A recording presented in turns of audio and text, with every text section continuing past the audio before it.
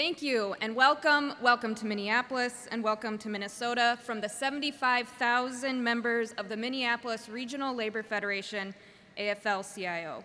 I'm Chelsie Glaubitz. I'm the newly elected president of the RLF, representing all of the unions in this region.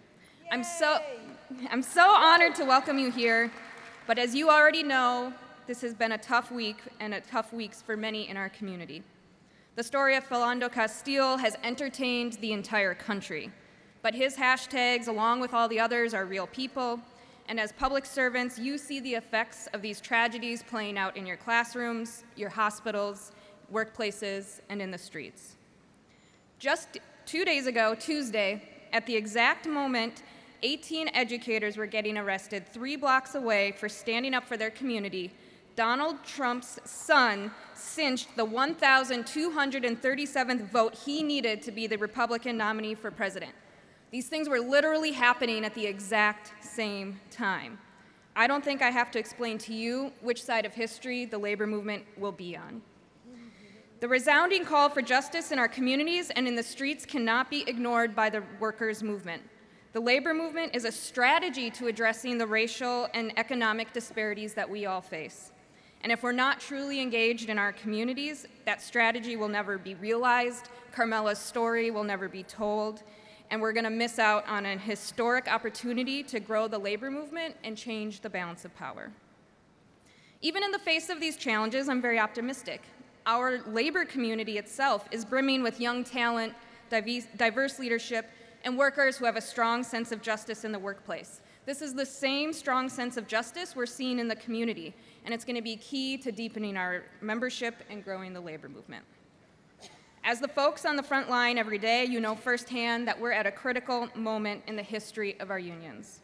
We're facing the rise of the on-demand economy, a widening income gap, and a surge in nationalistic, discriminatory rhetoric. In times like these, it's more important than ever that the entire labor movement fight together. Our collective impact to tackle systemic change is greater than what any single union can do.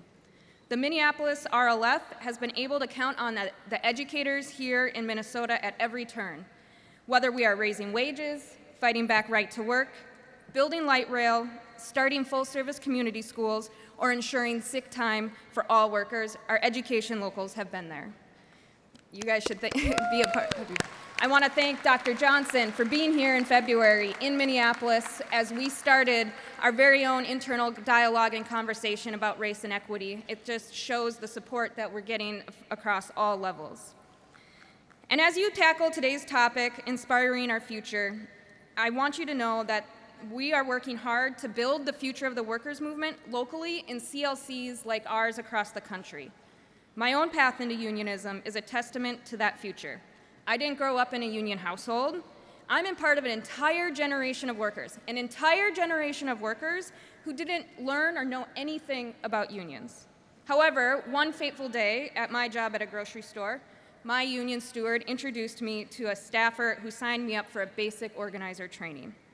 Prior to that experience, the union was nothing but a fleeting thought. That invitation to an opportunity is what led to my future involvement in organizing. In hindsight, I'd been an organizer my whole life, but it was my union, the UFCW, which recognized that aspect of me. Today, I challenge all of you to find the organizers in your ranks that don't even know they're organizers and help develop them into the next generation of up-and-coming leaders.